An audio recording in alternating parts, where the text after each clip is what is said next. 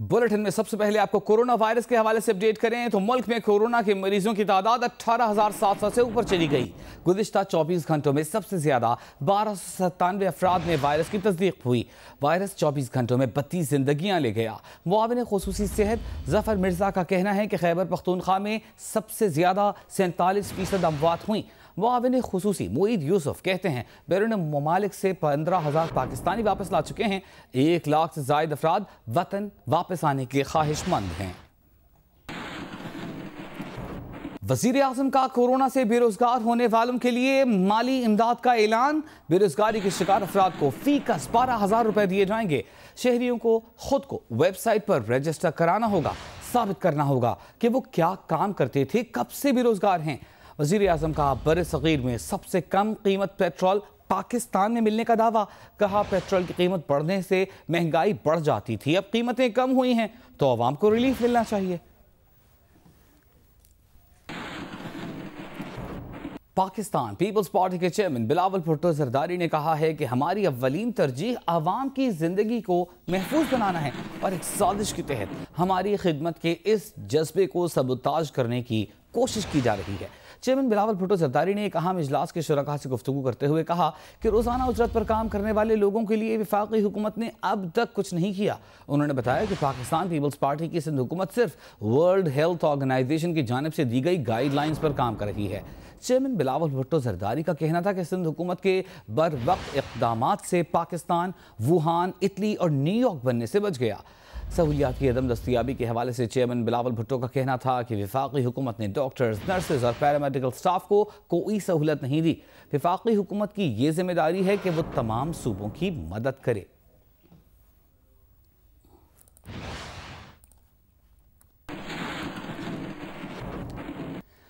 दूसरी जानिब वफाकी वज़ीर इत्तलात सेनेटर शिबली फराज ने chairman Peoples Party Bilawal Bhutto Zardari की प्रेस कॉन्फ्रेंस पर रद्द-ए-अमल दिया। कहा कि कोरोना पर काबू पाने के लिए सिंध को दी गई वफाक की इमदाद बिलावल की लाइल्मी का पोल खोल रही है। वफाक ने सिंध की 45,000 सनतों और 7,17,000 कमर्शल सारिफीन को बिजली बिलों में रिलीफ दिया। यूटिलिटी स्टोर्स का रिलीफ दीगर सूबों की तरह सिंध को भी मिला। स्टेट बैंक डेफर्ड स्कीम का आसान कर्ज सिंध में भी फराहम किया गया। 1.2 खरब का इमदादी पैकेज सिंध समेत तमाम सूबों में तकसीम हुआ। इसके अलावा सिंध में 27 अरब रुपए एहसास कैश इमरजेंसी प्रोग्राम के तहत तकसीम किए। मास्क, हिफाजती suits, testing kits, thermal guns, sanitizers और दीगर अशिया भी सिंध को फराहम की। शिबली फराज ने कहा कि बिलावल खुद को सियासत में जिंदा रखने के लिए कौमी इत्तेहाद और यकजहती की फजा को पारा पारा न करें। ऑपोजिशन सियासत की बजाय कोरोना के खिलाफ जंग में वजीर आजम का साथ दे।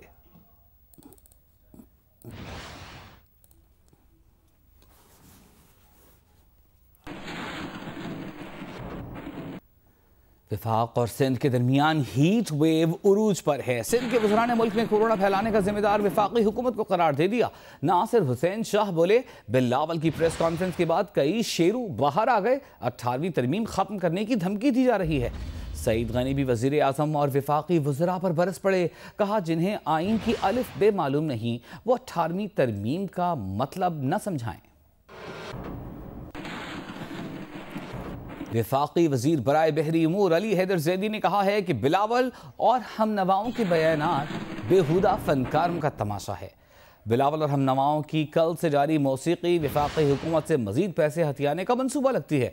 वज़ीर आज़म ने एहसास प्रोग्राम के तहत तकसीम किए जाने वाले सरमाए का बेशतर हिस्सा सिंध के गरीबों को दिया। क्या उन्हें दिखाई नहीं देता कि वज़ीर आज़म ने सिंध के अवाम के सर पर हाथ रखा। जमहूरियत के ये नाम निहाद चैंपियन 18वीं तरमीम पर दियानतदाराना बहस और गुफ्तगू से क्यों घबराते हैं। आइन के मुख्तलिफ शिकों पर वज़ीर आज़म समेत दूसरों को चैलेंज करते वक्त इस गुरूह को शर्म आनी चाहिए। आइंदा जब अवाम रोटी मांगे तो कहना आइन याद है और हमने तुम्हें 18वीं तरमीम दी। सारी आहो बुका नहायत बेवकूफ़ाना और कौम को लूटने की एक शातिराना चाल है।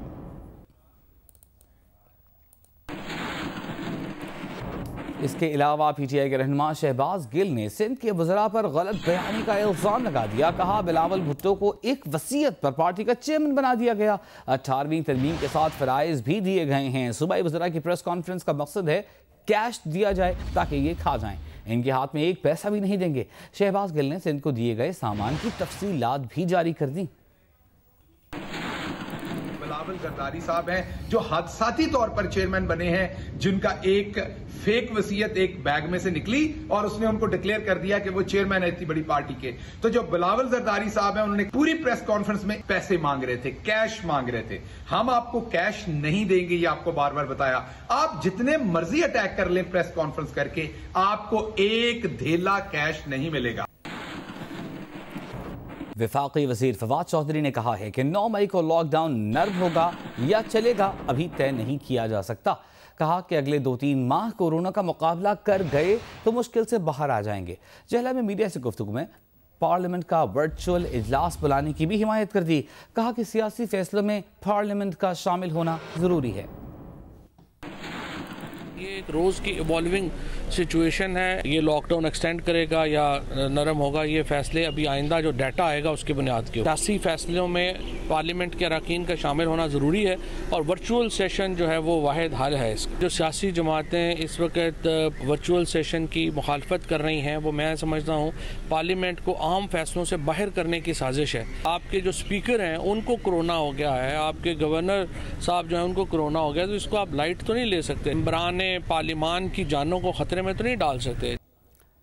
तर्जुमान सिंध हुकूमत मुर्तज़ा वहाब ने कहा है कि सिंध भर में 253 बच्चों में कोरोना वायरस की तशख़ीस हुई है, जबकि पिछले कुछ दिनों से ख़वातीन में कोरोना वायरस के केसेस में इजाफा हुआ। कोरोना वायरस के कुल मरीजों में से 26% ख़वातीन हैं। सिंध भर में 253 ऐसे बच्चे हैं जिनका कोरोना वायरस का टेस्ट मुस्बित आया है। जी हाँ, 253 ऐसे बच्चे हैं, हमारे बच्चे हैं जो कि अब कोरोना वायरस की वबा में मुब्तला है। एक नया ट्रेंड जो कि ऑफ लेट स्टार्ट हुआ है वो ख़वातीन के अंदर कोरोना वायरस के केसेस का इजाफा है। और अगेन मुझे ये बात बताते हुए बड़ा दुख होता है कि अब ख़वातीन के अंदर ज़्यादा इस मर्ज़ की तशख़ीस हो रही है। पिछले दिनों की जो आदाद शुमार को आप देखते हैं तो ख़वातीन की परसेंटेज में इजाफा हुआ है और कुल जो हमारे कोरोना वायरस के पेशेंट्स हैं उसमें 26% ख़वातीन हैं। बच्चे और ख़वातीन के बारे में आपको तफसीलात शेयर करने का बुनियादी मकसद ये है कि ये मर्ज़ मेरे आपके घरों में आ चुका है, क्योंकि हम एहतियात नहीं कर रहे, उसकी वजह से हमारे घर वाले एक्सपोज हो रहे हैं। अहम खबर आपको देंगे। इतवार से बुध तक मुल्क में गर्दोबार का तूफान और बारिश मुतवक्के है। NDMA ने अलर्ट जारी कर दिया है। NDMA का कहना है कि NHA, FWO और CNW के महकमे चौकन्ना रहें, इमरजेंसी स्टाफ की मौजूदगी यकीनी बनाएं, दिन में 2 मरतबा NDMA को सूरत हाल से आगाह रखा जाए।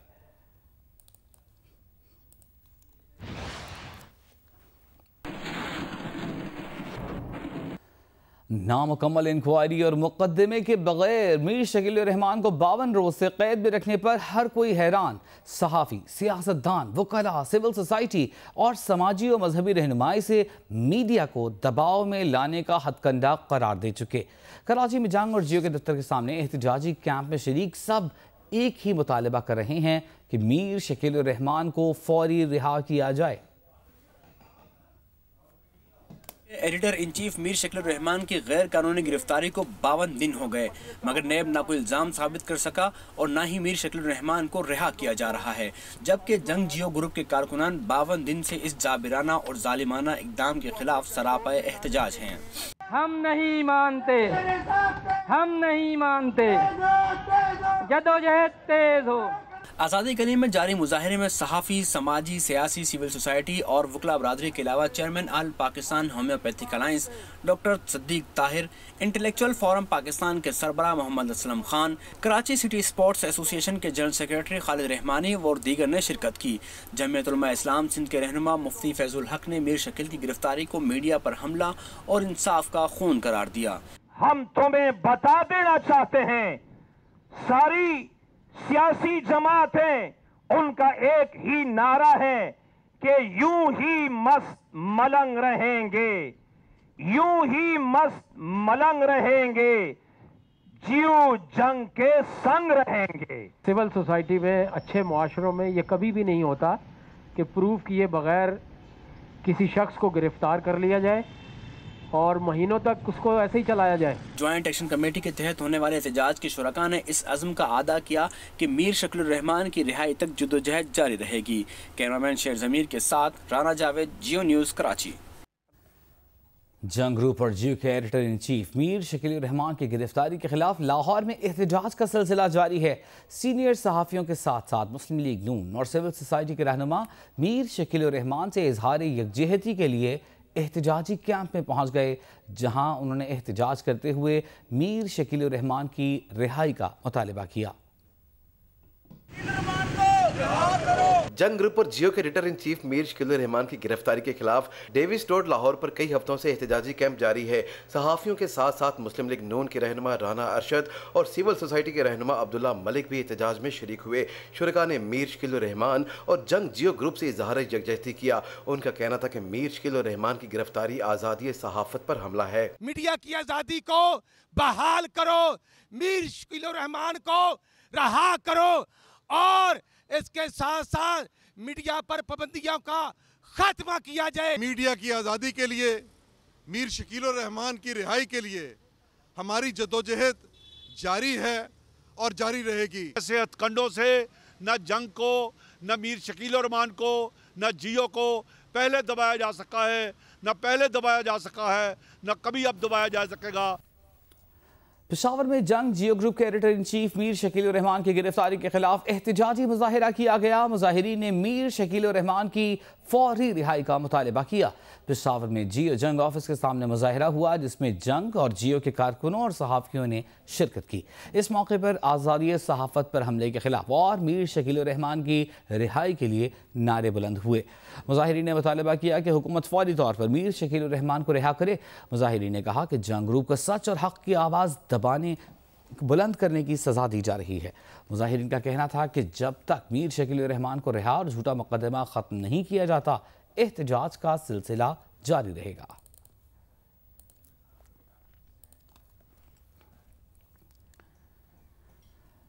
और इसी तरह जंग जियो के editor in chief Mir Shakilur Rahman की अदम रिहाई, जंग जियो और द न्यूज़ को बंद करने की कोशिशों के खिलाफ कोयटा में भी जंग और जियो के कारकुनों की जानिब से एहतजाजी मुजाहिरा किया गया। कोयटा के समंगली रोड पर वाक़ जंग बिल्डिंग में होने वाले एहतजाजी मुजाहिरे में जंग और जियो के कारकुनों की बड़ी तादाद ने शिरकत की। मुजाहिरे के शुरका ने अपने हाथों में बैनर्स और प्ले कार्ड्स उठा रखे थे, जिन पर नारे दर्ज थे। मुजाहिरे के शुरका ने हुकूमत और नैब के खिलाफ नारे लगाए। मुजाहिरे के शुरका ने खिताब में मुक़र्रिरीन का कहना था कि 34 साल पुराने बेबुनियाद मुकदमे में जंग और जियो के एडिटर इन चीफ को पाबंदे सलासल रखना हुकूमत की बौखलाहट का नतीजा है। उन्होंने कहा कि आज़ादी सहाफ़त पर कोई समझौता नहीं होगा। मीर शकीलुर रहमान की रिहाई तक जद्दोजहद जारी रखी जाएगी।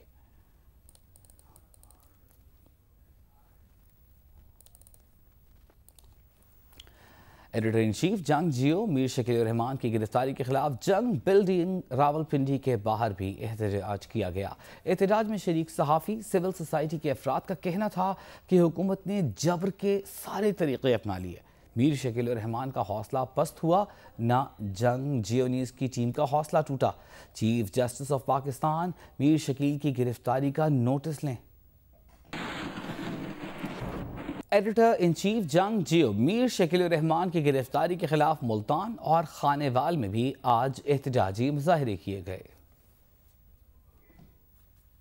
मीर तेरे जान निसार, जियो को जीने दो, जियो को जीने दो। मुल्तान में जंग जियो बिल्डिंग के बाहर होने वाले मुजाहिरे में MUJ के रहनुमाओं, सहाफियों और जंग जियो के वर्कर्स ने भी शिरकत की।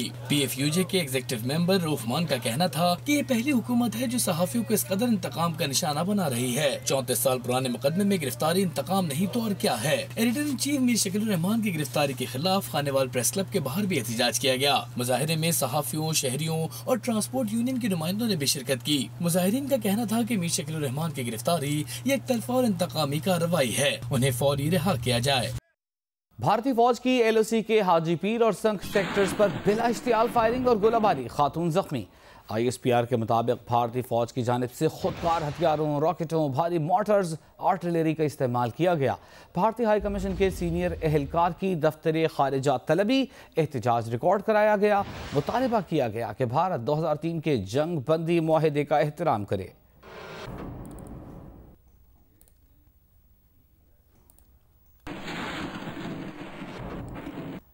पंजाब के वज़ीर आला सरदार उस्मान बुज़दार का कहना है कि वफाकी हुकूमत से मार्केटें मरहलावार खोलने की सिफारिश कर दी है। एक्सपो सेंटर फील्ड अस्पताल में मरीजों को सहूलतों की अदम फराहमी पर तहकीकाती कमेटी बनाई गई है। ज़ख़ीरा अंदोज़ों के खिलाफ भरपूर कार्रवाई की जाएगी। देखिए लाहौर से आज़म मलिक की रिपोर्ट। सूबा भर की मार्केटों बाज़ारों को जोन्स में तकसीम करके मुख्तलिफ अयाम में खोलने के हवाले से वफाकी हुकूमत को अपनी सिफारिशात पेश की गई हैं। पंजाब के वज़ीर आला सरदार उस्मान बुज़दार की सिविल सेक्रेटेरिएट लाहौर में वीडियो लिंक के जरिए प्रेस कॉन्फ्रेंस कहते हैं कि 3 मई से 6 अजला में कोरोना की स्मार्ट टेस्टिंग शुरू कर रहे हैं। टेस्टिंग की ये सलाहियत 6000 यौमिया तक ले जाएंगे। हम कल से इंशाअल्लाह रोज़ाना की बुनियाद पर 6000 टेस्ट कर सकेंगे। लॉकडाउन की वजह से सूबा भर में गरीब, मजदूर, मेहनतकश और दिहाड़ीदार तबका सबसे ज़्यादा मुतासिर हो रहा है। हमें इनकी मुश्किलात का अंदाज़ा है और हम इनका अजाला करने के लिए यकसू हैं। वज़ीर आला पंजाब का कहना था कि हुकूमत मौशी सरगर्मियाँ जारी रखना चाहती है। कंस्ट्रक्शन की सनत के बाद दीगर सनतें भी खोलने जा रहे हैं। रोड सेक्टर और बिल्डिंग के अलावा कंस्ट्रक्शन से मुतल्लिका दीगर इंडस्ट्री को खोलने की इजाज़त, एक्सपोर्ट सेक्टर और इससे मुंसलिक फीडिंग इंडस्ट्री को भी खोलने की सिफारिश, पावर लूम्स और ऐसी तमाम फैक्ट्रियाँ जिनकी अपनी लेबर कॉलोनियाँ मौजूद हैं, इन्हें भी खोलने की दरख्वास्त की गई है। आयरन और स्टील इंडस्ट्री और होम अप्लायंसेज इंडस्ट्री खोलने के बारे में भी सिफारिशात तैयार की गई है। प्रेस कॉन्फ्रेंस में मौजूद सूबाई वज़रा का कहना था कि वज़ीर आज़म की जानिब से पेट्रोलियम मसनूआत की कीमतों में कमी का रिलीफ आम आदमी तक पहुँचाने के लिए जामिया हिकमत अमली बनाई जा रही है। आज़म मलिक, जियो न्यूज़, लाहौर। महकमा मौसमियात ने कराची में 5 से 8 मई तक गर्मी की शदीद लहर की पेशगोई कर दी। माहिरीन का मशवरा है कि हीट वेव में सहरी और इफ्तारी के दौरान पानी का ज़्यादा से ज़्यादा इस्तेमाल किया जाए। ऐसे मौसम में किन किन चीज़ों से बचना है, देखिए खावर खान की रिपोर्ट। हीट स्ट्रोक से बचने के लिए आप अपने आप को गर्मी से दूर रखिए, चाहे वो एयर कंडीशन कमरे में रहें या पंखे का इस्तेमाल करें या तो साए में रहें। कोरोना की वजह से एक लॉकडाउन है, लोग घरों में मौजूद हैं, बाहर रश नहीं है, लेकिन फिर भी जो लोग मजबूरी में निकलते हैं वो सर और गर्दन को ढांप के निकलें और अगर रोज़े की हालत में तो कोशिश करें ना निकलें और अगर उससे पहले सहरी इफ्तारी के दरमियान जिनको जो टाइम मिले तो पानी का इस्तेमाल ज़्यादा रखें। पहाड़ों पर झंडे गाड़ने की बात तो आपने सुनी होगी, लेकिन अब बात टावर तक आ पहुंची है। दुनिया के बुलंद तरीन पहाड़ माउंट एवरेस्ट पर भी तेज तरीन इंटरनेट की सहूलत मिलेगी। मोबाइल टेक्नोलॉजी के लिए दुनिया भर में मशहूर कंपनी ने माउंट एवरेस्ट पर 6500 मीटर की बुलंदी पर 5G का टावर नस्ब कर दिया। दुनिया के सबसे बुलंद तरीन एंटेना की तनसीब के लिए 8 टन का ज़रूरी सामान याक की मदद से पहुंचाया गया। कंपनी का कहना है कि माउंट एवरेस्ट पर टावर की तनसीब से कोह पैमाई करने वाले हज़ारों अफराद मुस्तफ़ीद हो सकेंगे।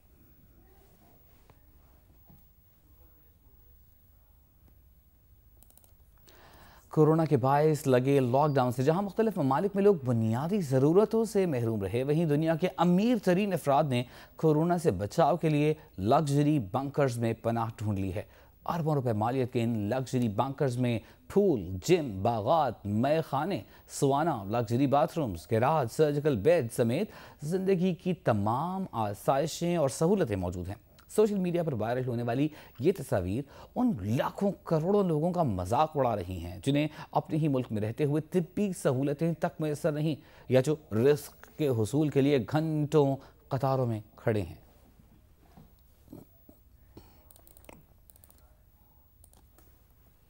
अमेरिकी रियासत कोलोराडो में एक शख्स ने एक ही दिन में 2 बार लॉटरी जीतकर $1 मिलियन यानी तकरीबन 16 करोड़ रुपए हासिल कर लिए।